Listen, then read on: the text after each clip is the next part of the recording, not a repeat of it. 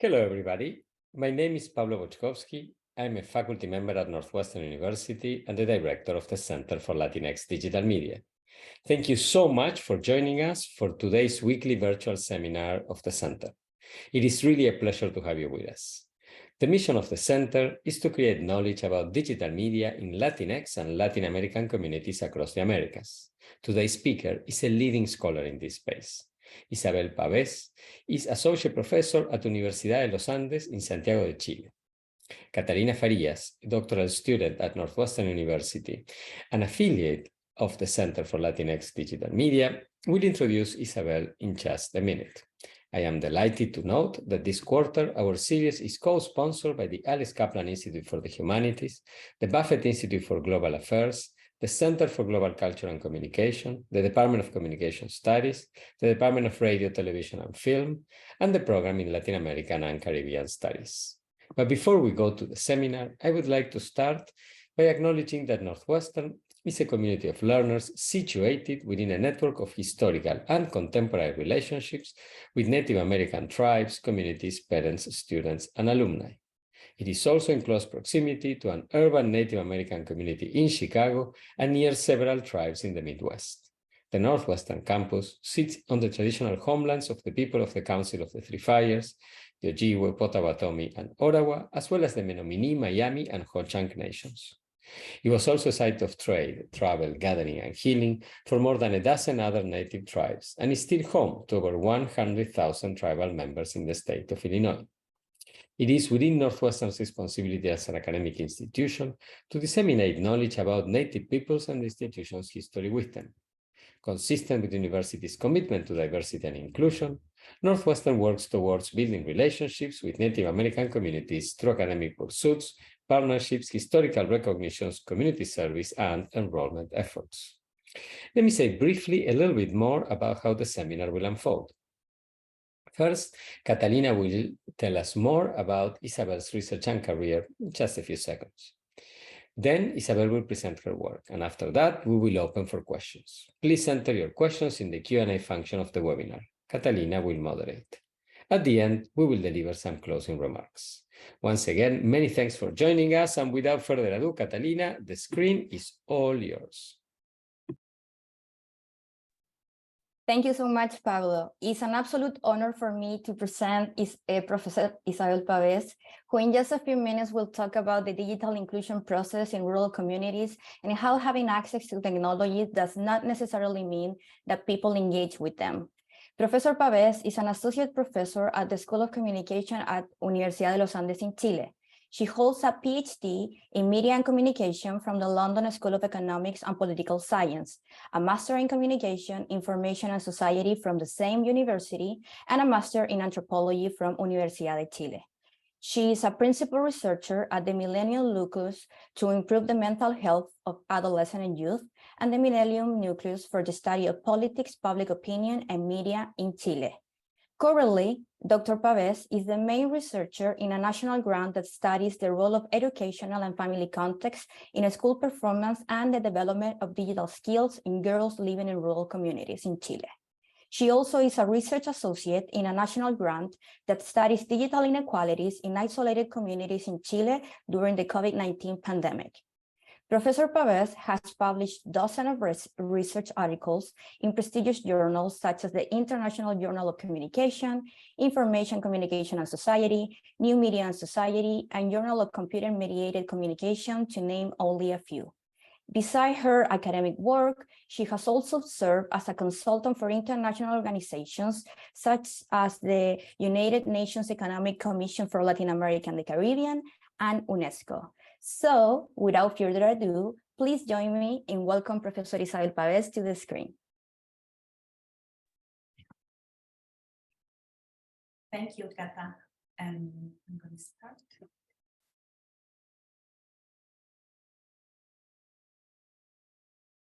Well, as Cata introduced me, I'm going to talk today about the role of smartphones and technological devices in rural communities, rural educational communities. And this work has been funded by Fondesit, so I want to acknowledge them. And the main objectives of my talk is to discuss what really means for me, or what I have learned that means to be connected to the internet. In terms of devices, to discuss that neither the computer nor the smartphone alone can be enough to further digital inclusion. And my findings also explore some cross-cutting issues regarding urban and rural divide, digital and contextual challenges, and gender perspective. Also, I want to talk a bit about the value of qualitative research and all the challenge and learnings that I have in this project in a rural setting. But before that, I want to start acknowledging everyone who study, work, and do research in a second language. And I chose this image, and apologies because I know it's not an academic sort of way to start a talk, but I think this is the one that can represent me the most today. So I want to tell you that I have struggled during my academic path with this, and I believe I'm not the only one. So congratulations to everyone who is doing a hard work by thinking in a second language, expressing their arguments and ideas. It is not easy, and we cannot take it for granted. So I say this especially to the PhD students who are joining us today, that you are not alone. And also have learned that research is a team sport. And I'm going to spend a couple of minutes here. And because I think it's important that you know where you come from your passions when you are doing research. And so I chose this image because it's a great memory for me. For a couple of months ago, when Teresa and myself were doing fieldwork in the south of Chile. So Teresa Correa is a well-known scholar who, of course, has been part of this seminar series. She's a professor in Chile, one of the most accomplished that you can find, and one of the most generous as well. So Tere and I went to uni together, and we actually really didn't know each other much. But 10 years ago, imagine, she needed a partner for one of the research grants.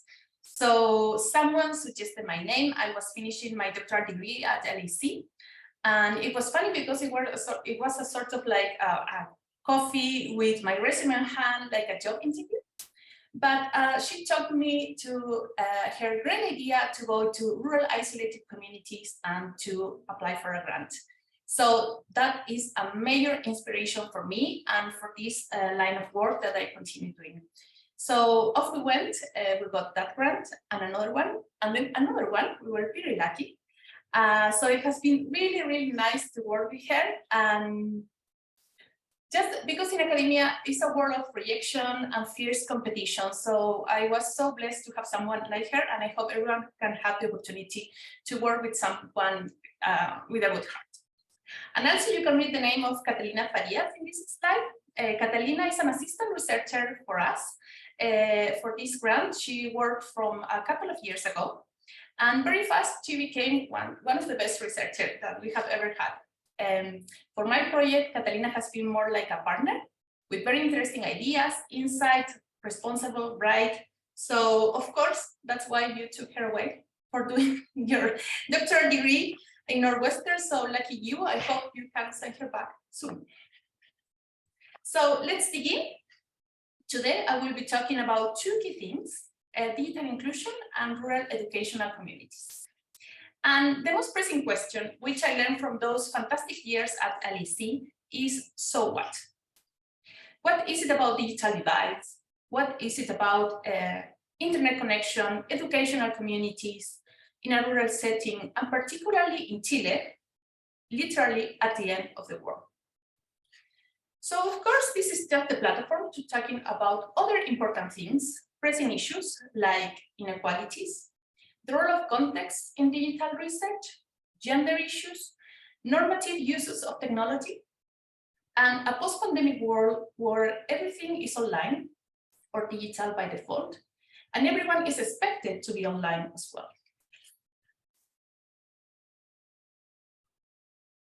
So we are in a moment of history when basically if you don't have a smartphone or a good internet signal, you're basically an alien or complete outsider, because there is where everything is happening.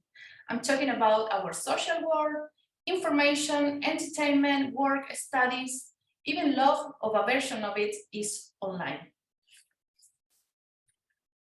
But what happens if you live in a place like this?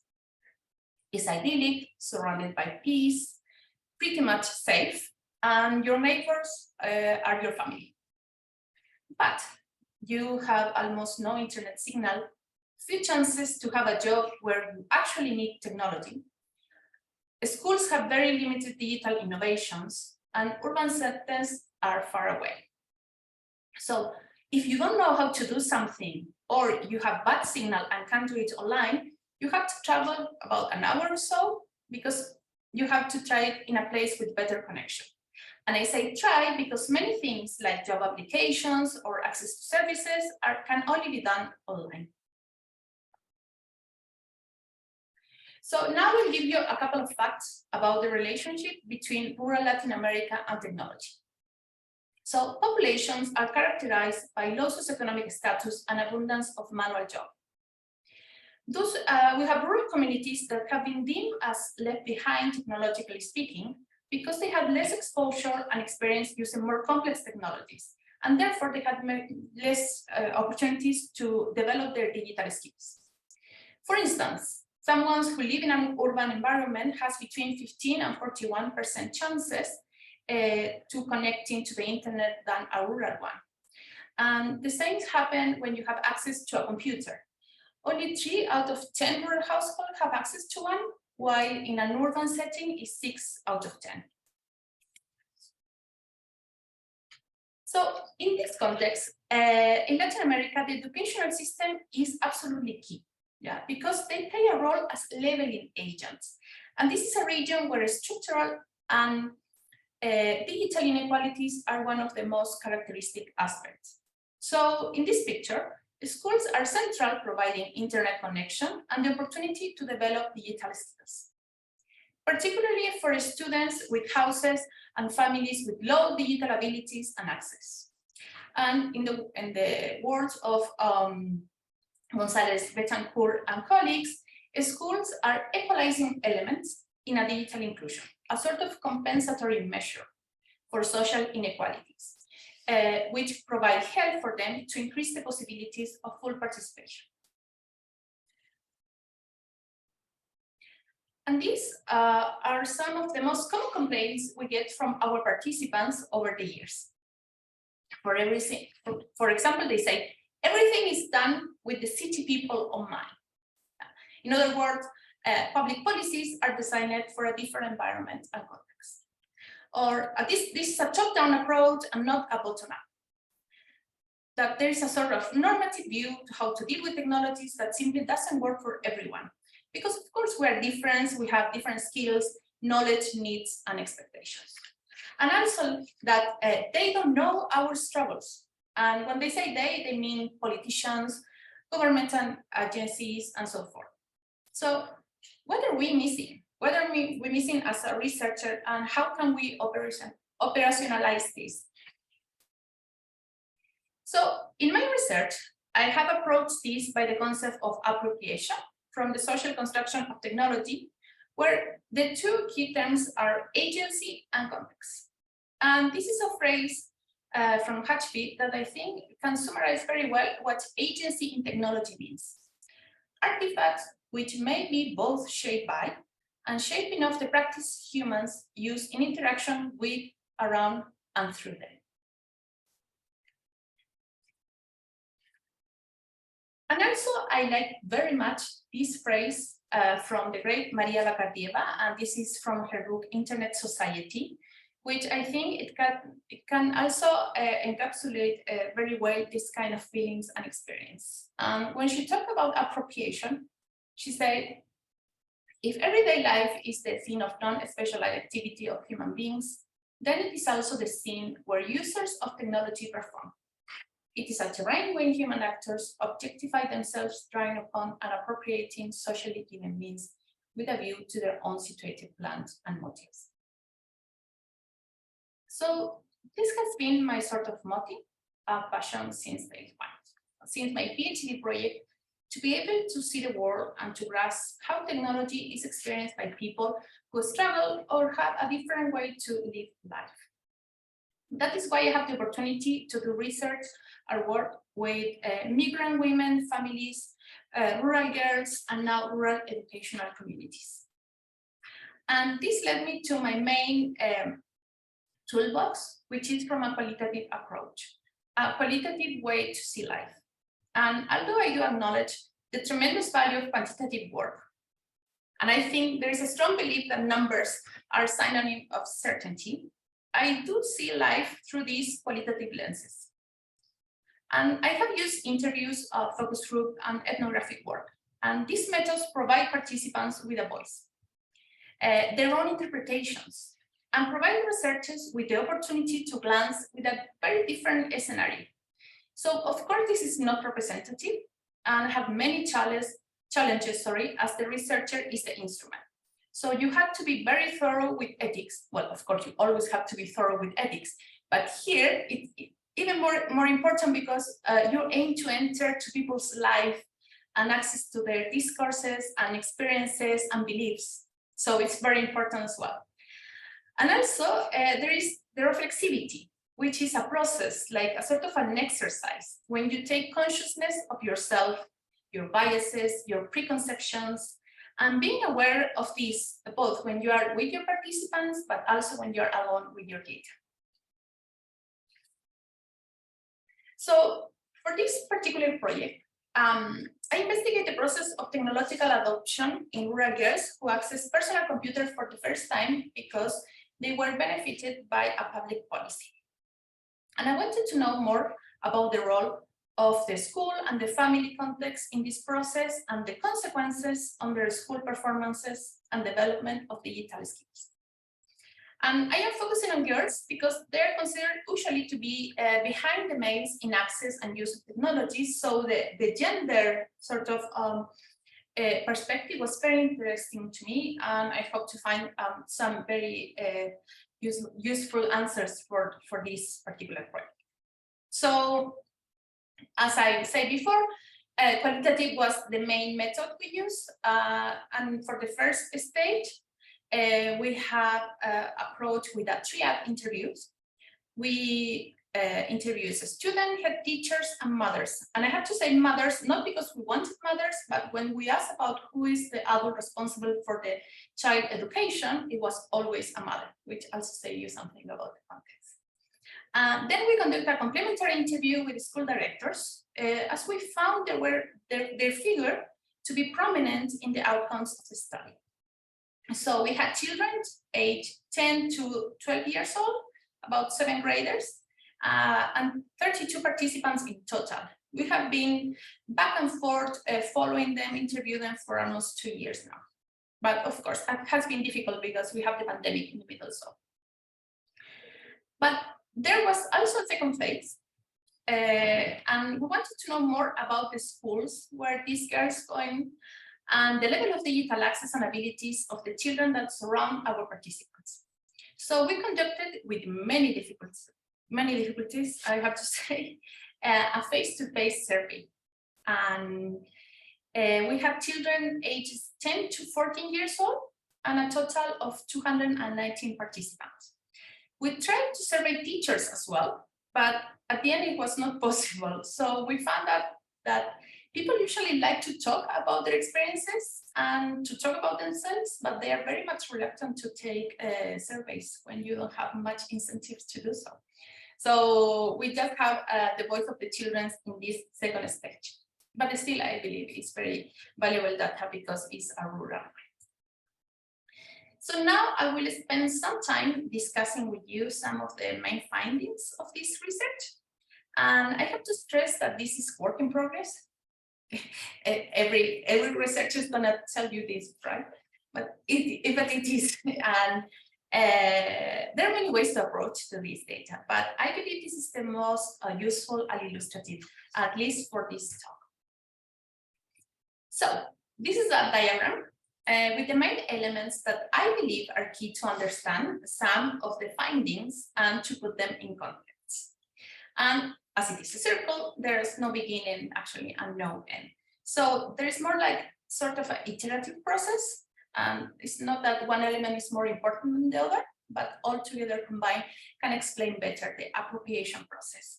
So I included the educational community, the role of teachers, the family context, and children's access, use, and technological perceptions.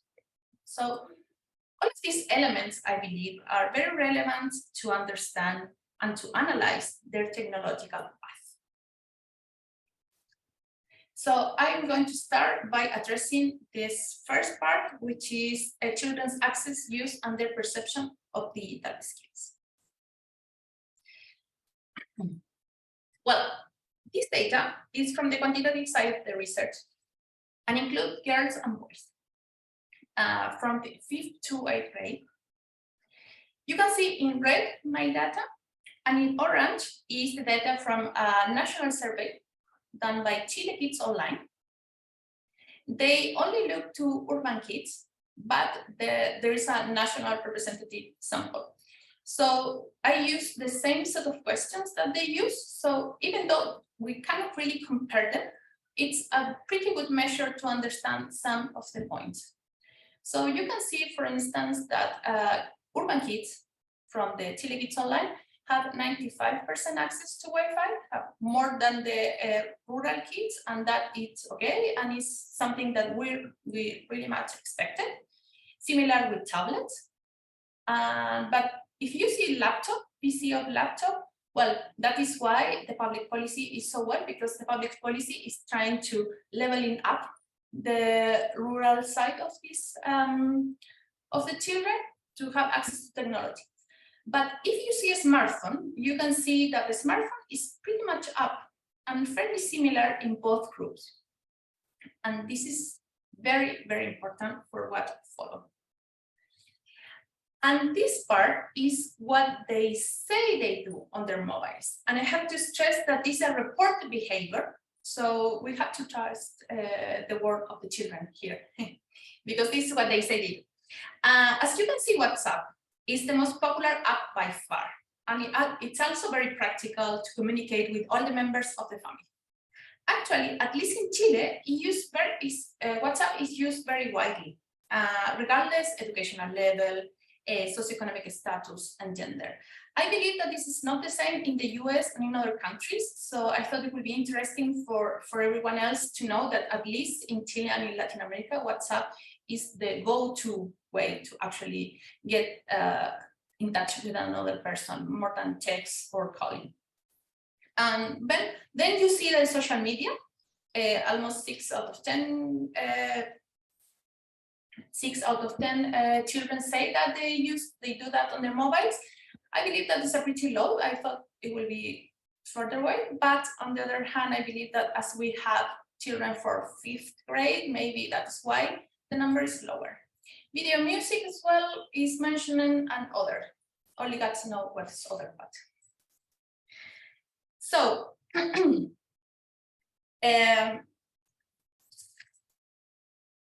what we found during the interviews is that there is a high penetration rate of smartphones among children and adults from early age.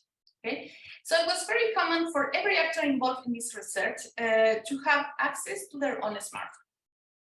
And also another theme that emerged, but it was before the pandemic, was this idea of the children were like, so they were very much connected.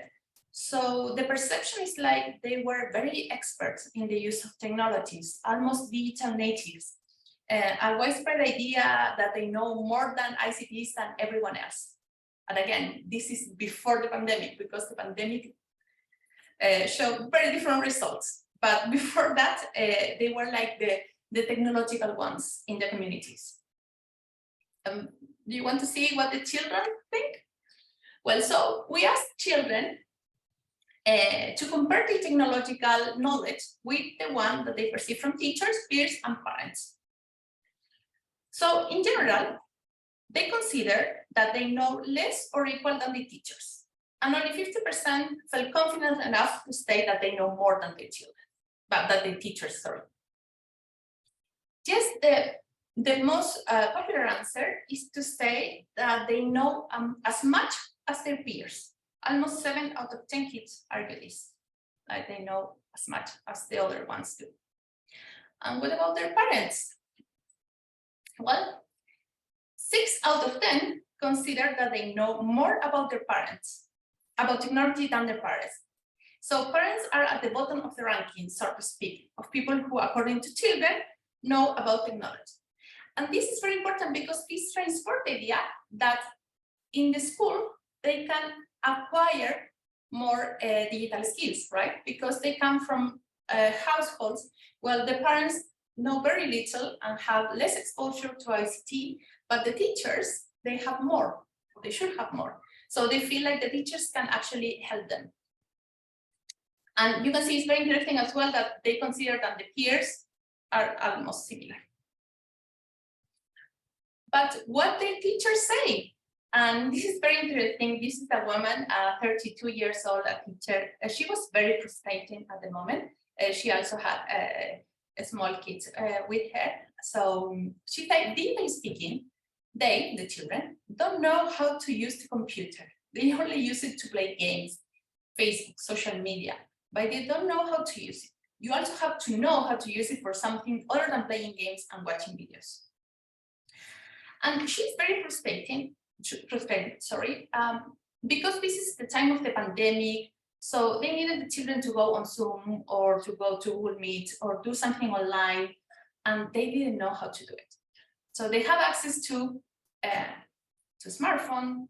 They do a lot of social media, WhatsApp, but at the time that they needed the most, the children didn't actually have all the skills that they believe they have. So, as I'm talking about teachers, let's dig in what happened with teachers. And as we said before, research suggests that rural populations have low socioeconomic status, right?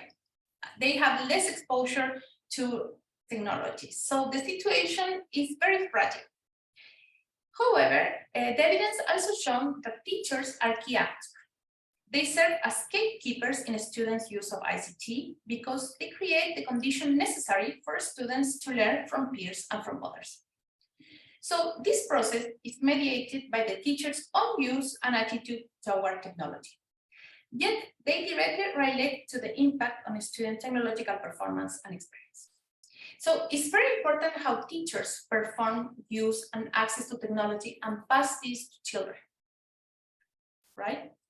But the context is very much precarious because research has shown that in Chile, at least, there is no much training in ICT for teachers. There's a lot of lack of guidelines, and principals, the directors of the schools, get very superficially involved. At least they think that is something that they need to take on. But in general, we found that and also there's a lot of rotation among principals, so it's very difficult for people to actually plan something and to have for the long way to introduce technology. So the evidence, including from the Chile Kids Online, also show that a significant percentage of students reported little or no digital support from the teachers. And actually, that is what we asked again in our survey. So this is the view from the children about how the teachers actually help them regarding technology and guidance in the online. So again, the data from the rural study is in red, and in orange you can see the Kids Online Chile. Although rural kids who participated in this study consider that the teachers help them more than those from the urban side, still you can see that the numbers are pretty low. Aspects that are very important, such as to discuss if something bothers you online, provide digital help or suggestion, explain and advise, are practices reported by 4 and 5 children out of 10 maximum. So, but I have to be honest, Kids Online Chile was done previous to the pandemic, so I will believe that this number will be up. I believe they have a report now, so they will have update numbers, so I hope that the numbers get up. But this is the rural study after the pandemic, so it's pretty low, you can see. And even though they have to access to technology to continue with learning. So there are several elements here that can help with our analysis. On one hand, we have an outdated technology syllabus, right? Technologies are not really part of the program of the children education. Actually, they have like one class per week about computers, and they have it like a separate thing. So in very few cases, we found that teachers from other subjects, such as language or science, invited their students to look up for something online or to create PowerPoints or to do something with technology. Again, this is part because you have precarious computer rooms, little time per week to develop these. Also, we cannot forget the signal problems. In some schools, that was solved, but in other ones, it still was very much going on. So the context, it was not ideal for this. And this is part of the educational community. And to see how we can progress in this technological application path, I would like to go further with the different actors involved, because I believe that this has to be a common effort, okay? So as I said before, the context is everything. So I'm going to situate you in the pandemic and in the worst part of the pandemic. You have to know that in Chile, quarantines were one of the longest in the world, and school closure went to up to 2 academic years, actually. Regardless the size of the community or the school, everything was closed for in-person education for almost 18 months. So here's where the community of practice concept becomes useful for analyzing the elements that influence how ICTs were used and adopted by educational institutions in these very stressful and uncertain times.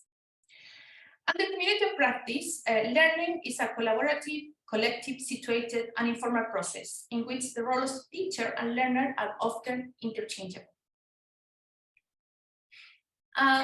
Just to give you an idea of the concept, for instance, a group connected by a shared interest plays specific roles and has structured relationships in a learning environment, developing its own culture and communication methods, supporting for formal and informal interaction between novices and experts. The emphasis on learning and sharing knowledge and the investment to foster the sense of belonging among members. I'm reading what Lee and colleagues wrote in 2009 about a community of practice. So when we see educational communities as communities of practice, there are 3 distinctive elements that can help us to elucidate how they use ICT appropriation in our educational community. First, regarding the identity that defines their collective interests. Second, how members share their activities and discuss problems and possible solutions. And 3, the range of practices that are born in their experiences. So this lens helps us to explore how these educational communities shape digital access, usage, and perception in technological disadvantaged contexts. So we could perceive a series of interactions and learnings among different members. Teachers and directors were the lead, and they became with the strategies to overcome this separation from students, and also to continue meeting their 2 main obligations, which is providing education, but also providing support to students. Because in these rural communities, teachers are a very important figure, someone who everyone respects.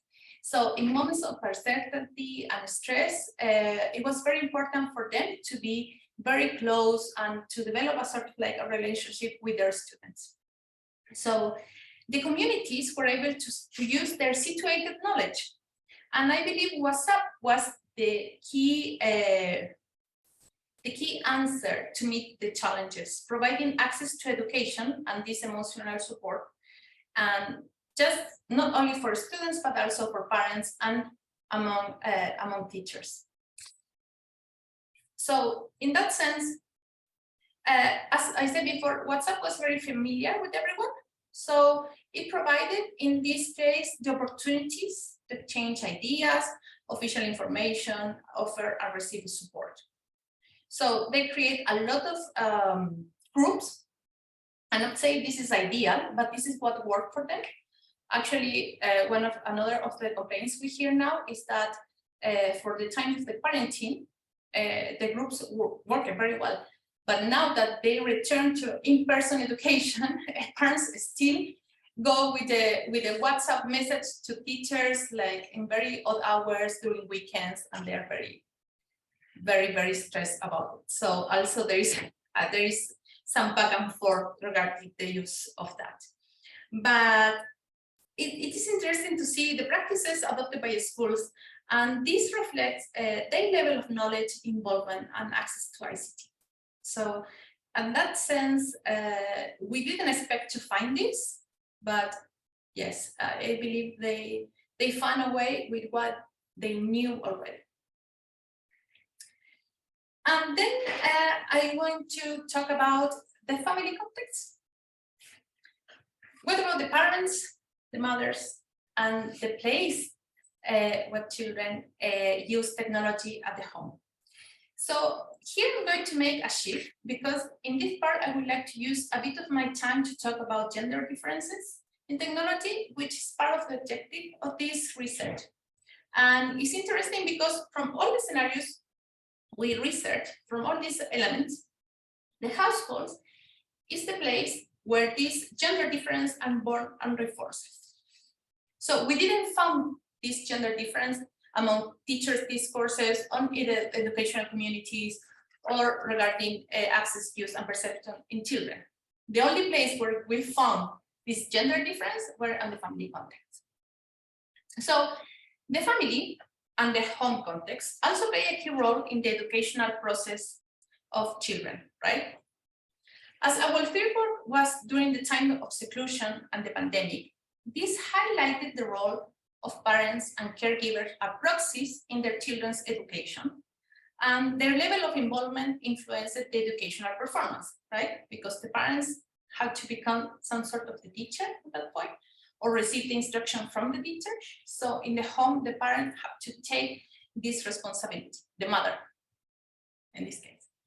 So research also shown that their support is especially important when it comes to completing assignment and establishing and monitoring the internet connection.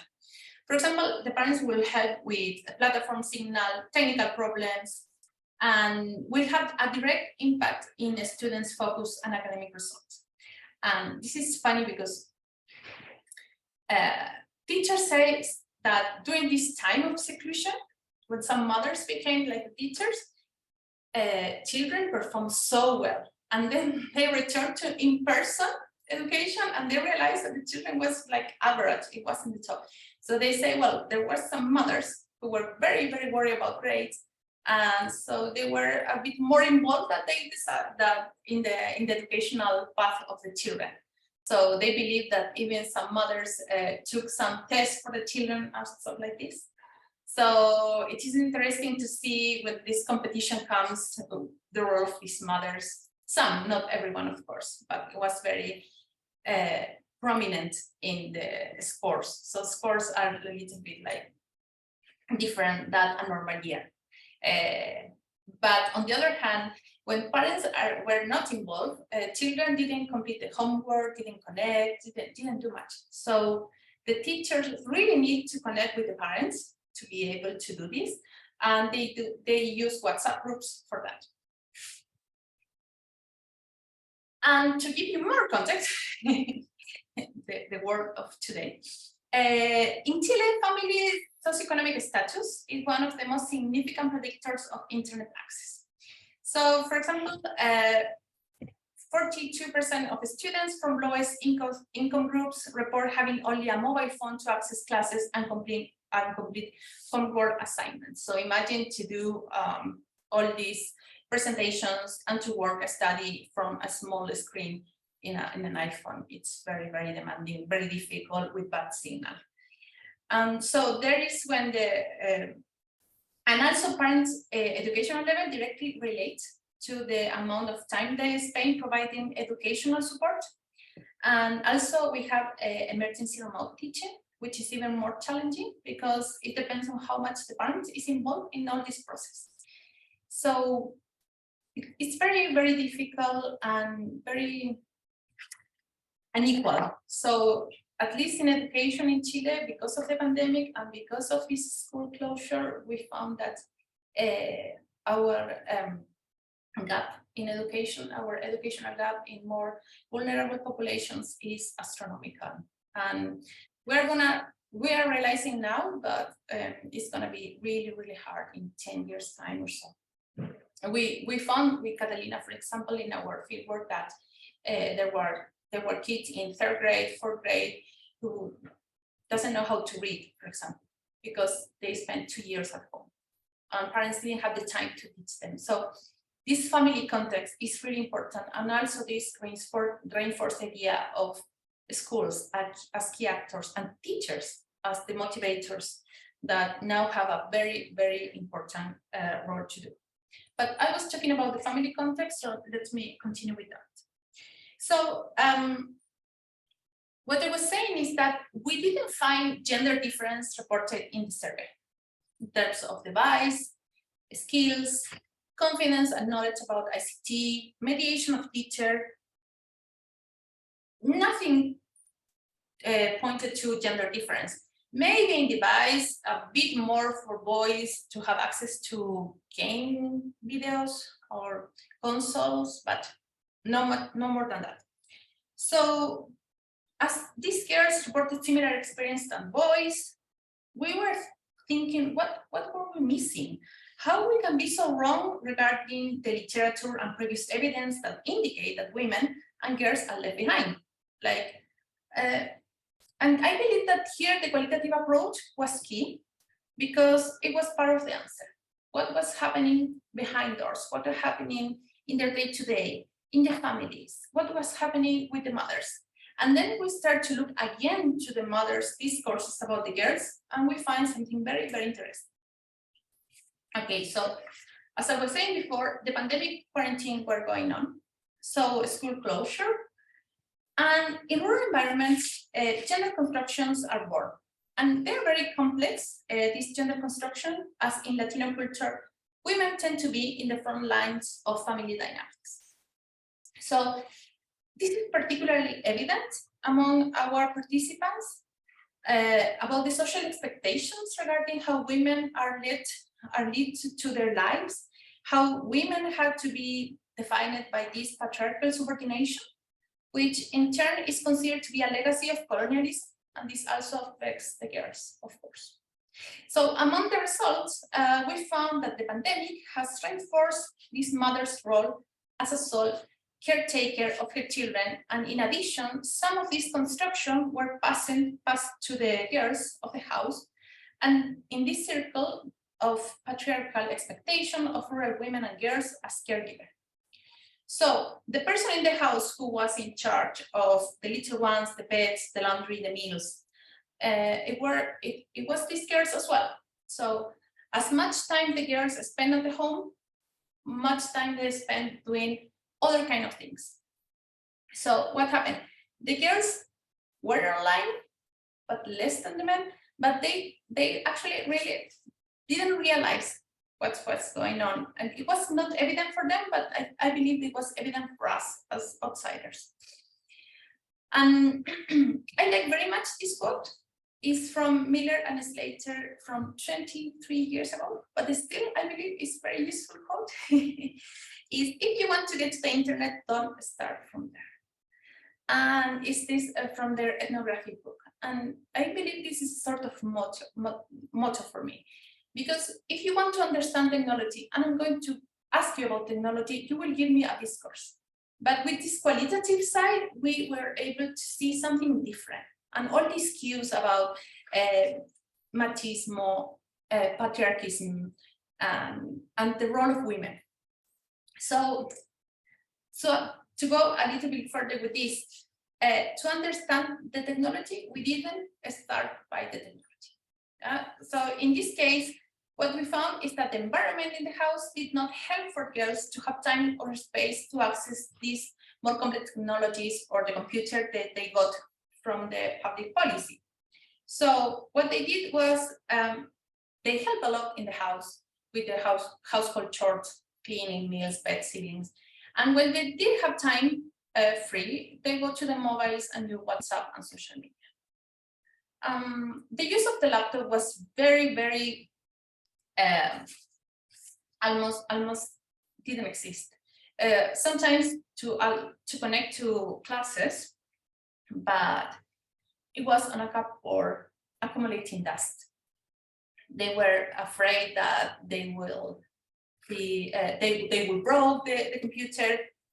They didn't want to bring it to school because they say it will be still.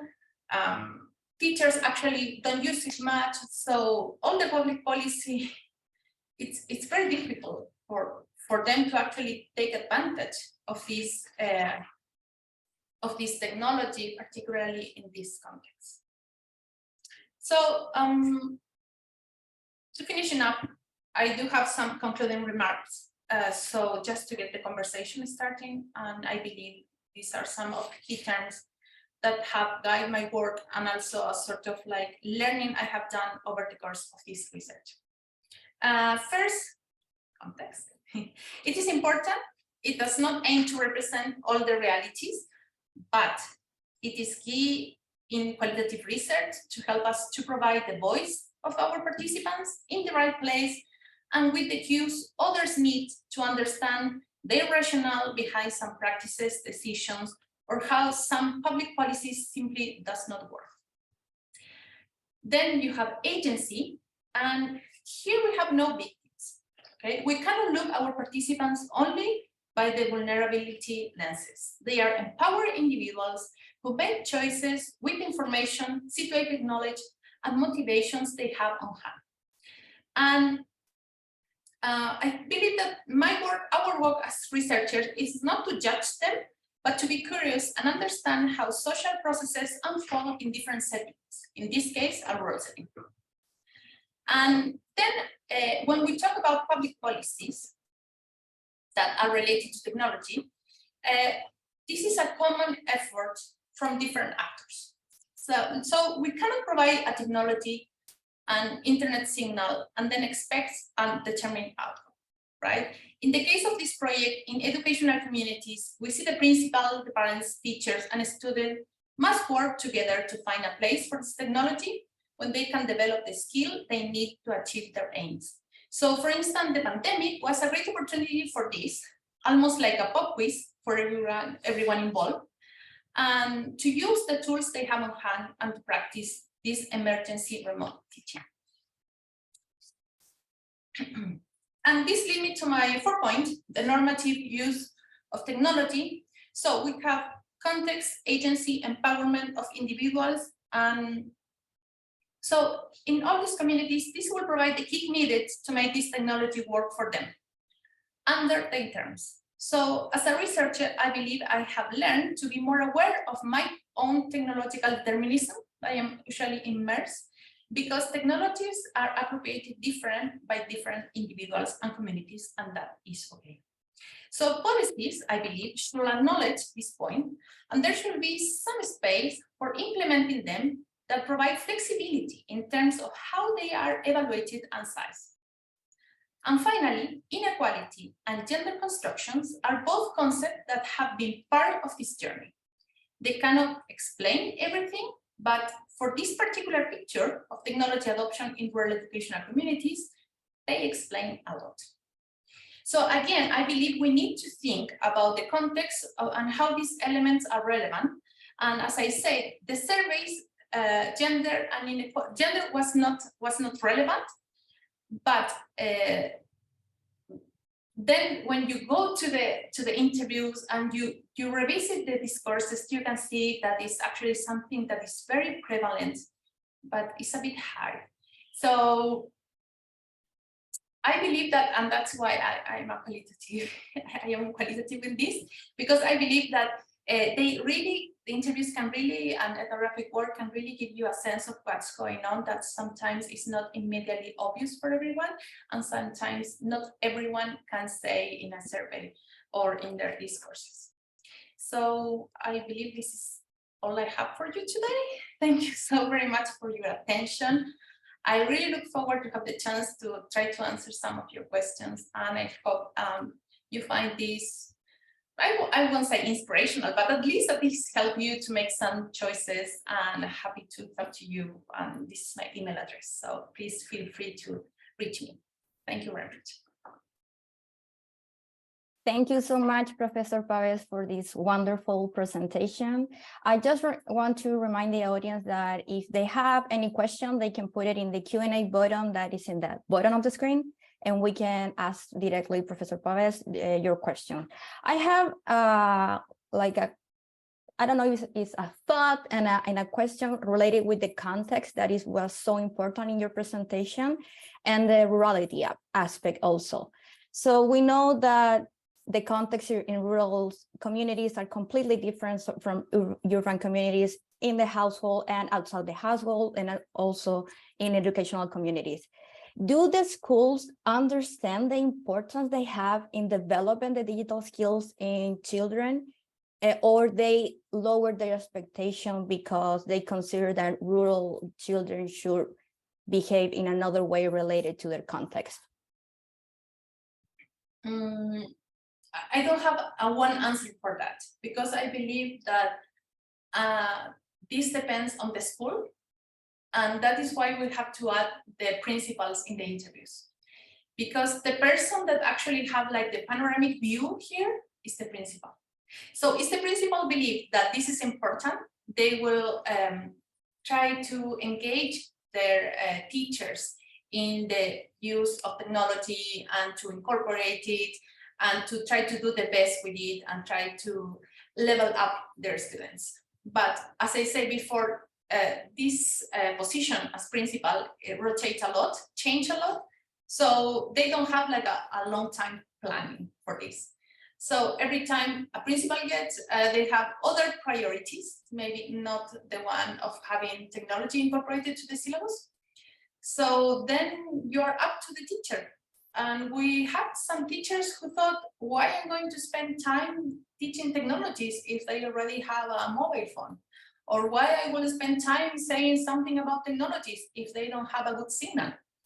So this sort of rationale of rural, like they're not urban, it's very specific of the school. And we have 4 schools, and we have very different scenarios as well. So in one school, it was very, very important, and they have technologies, and they try to use technologies among the educational activities, and the other one is like, no, like we don't know about the laptops. So it really depends, and it's very sad for me to say, but it's something that if you are lucky to be in a school where they care about it, you will be fine. Thank you so much. I think Mora has a question. Yes, I do. Thank you, Catalina, and thank you so much, Professor Pavez, for this really wonderful presentation. I have a question which is the following. In urban contexts, especially wealthy ones, I would say, but urban generally speaking, there is a growing concern, or at least conversation, regarding so-called voluntary digital disconnection. That is, people that want to get away from these technologies because either they feel stressed or overwhelmed or anxious, and they feel it's too much, they feel it's distracting, they need to get away from that. In a rural context, have you seen any reminiscence of this? Any reminiscence of a need or a wish or a desire to disconnect from these mobile and digital technologies? Or is this an absent topic for a context in which, of course, there is a structural lack, right, of many of those technologies? So that was my question. Thank you. Thank you very much. It's a very interesting question. And the answer changed over the years, to be honest. Because when I was doing my first project with Teresa, I'm talking about 2000, almost 10 years ago, parents were really concerned about technologies, and they didn't want the children to be connected, okay? So they believe, and especially parents who were outside social media, they believe that social media was really bad for kids. So we have parents, for instance, who took away like the chargers for the kids, you know, and they think no. And sometimes kids will go to the city to study and return only on weekends. And they say, for instance, they don't talk anymore at the table. They only, they are plugged to the screens. And they were very worried, and technology was seen, I don't want to say a devil, but it was seen like a very bad thing going on. And we had this discourse for about 3 to 4 years until 2018, 2018. And then everything shifted. And the pandemic helped with this shift because they understand that technology means opportunity. And for the rural side, technology means an opportunity they didn't have before. Because every time that you compare the rural, you compare it to the urban. So they always look up and say, no, we don't have that, we don't have that. They don't have like the luxury to say, I want to be disconnected. They're always disconnected. So they have to do the conscious effort to connect. So I believe that changed the setting for them. But of course, it is a discussion. And at some point, I believe that discussion will come back because you have these kids glued to their phones. And for instance, some teachers say, I miss the times where kids go out on breaks and play football. They don't play anymore. Or when it's raining, they ask for using the internet Wi-Fi for the schools to play games. And they were worried about their necks, you know, they say, oh, the kids are doing all the time this. So I believe they are very conscious about connection in both sides, connection like super connected and connection like we don't have the opportunity. So it's very mixed, but it was a concern, and I believe that debate will come at some point. Thank you. Now, Facundo has another question. Thank you, Professor Pavez, for this wonderful presentation. I have a lot of questions. Throughout your presentation, I was thinking a lot in Morgan Ames' work in Paraguay of the Charisma Machine, the book that she wrote on that. And I was thinking about this idea of discursive idea that technology is for men and technology is for boys, especially computers and new technology. And I was wondering if in your data you have evidence of, especially about the gaming in boys, of if like around the idea of gaming is a way in which machismo and patriarchal ideas in some way could be a way of like separating the sort of activities that girls and boys do with technologies, because usually like this idea of gaming and you mentioned, I think in one of your slides, that it was something that more associated with boys, and sometimes gaming is also associated as a driver of having more knowledge with technology. So how do you see gaming in the data of your fieldwork? Thank you. Thank you, Facundo, for your question. I believe that you open more questions for me now because I didn't see it that way, but you are completely right. Gaming is a way to engage with technology that can provide you with more experiences. And I didn't see more machismo there, but we found, for instance, that girls use the technology more for socialization. So maybe if I look it through that lens, I can see this gender contrast in the use of technology. Men or boys more gaming and girls more socialization, or I don't know, WhatsApp and that sort of social media, Instagram sort of things. So we haven't going through that in the data yet, but I believe it's a very, very important issue to look, because maybe this is the avenue to go and to see how it develops. And maybe we can find something this here. And definitely I'm going to add up to my interview guide this year, because I'm again meeting these girls. So I'm going to ask about gaming and what they think about gaming. So it will be very interesting to see if they see it as a boy thing, or maybe they are also doing some gaming. So I don't know. I don't have the answer now, but you have to invite me again to tell you. Thank you. Thank you. And now Valerie has another question. Yes, thank you for such an interesting and really important presentation, Professor Pavez. I was really intrigued when you mentioned that qualitative methods provided a way of seeing life. So that is very much going to stick with me from now on. So thank you for sharing that. And I'm really interested in what you mentioned about gender differences being prominent in the family context and girls mostly using technologies in their free time after household chores and other responsibilities in their daily life, which truly reinforces socially constructed notions of gender through uses and rituals of technology. So I'm wondering, in your qualitative work, did you encounter this affecting the ways in which they approached their consumption of content, specifically on social media? And did it impact the ways in which they perceive their agency, not only by using technologies, but also engaging with others online? Thank you very much. Wow, very good question. Thank you very much. It was interesting because this gender is sort of gender bias. Like you are not completely aware of what you're doing. So of course they have less time to explore this, and when they have limited time, they just do what they enjoy to do. They just do what they have, they know to do, and they enjoy. So they're in like a sort of like online safe space, you know, like just doing social. And it's very disheartening because they have a laptop. You can do a lot of more things with a laptop, but maybe if they have more time, like the luxury of say, okay, what I can do with this, it will be great, but they don't have it. And as I say, this is something that we believe it was reinforced by all the quarantines and the fact that they have to be on closed doors.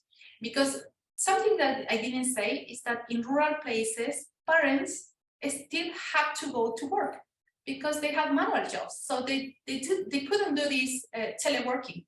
So parents were forced to go out. And that is why these girls step up as mothers and as takers. So it was very difficult. And I believe that the time thing and the responsibility they hold for the entire family somehow impact the fact that they have less time to enjoy technologies and how they approach the technologies as well. So if they have some time, they will. What we will do is like help the brother with the homework. But again, I believe that this is something that we can add to this third phase of the study to see like the aftermath of all this. That's fascinating. Thank you so much. Thank you very much, Isabel. That was a spectacular seminar. Thank you so much. And thank you, Catalina, for great moderation, and for everybody for their questions, and the audience for staying with us through the end, going a few extra minutes because there was such an interesting set of questions. So I want to invite everybody to join us for next week's seminar with Paul Alonso from Georgia Institute of Technology. And once again, Isabel, thank you very, very much. That was terrific. Bye now.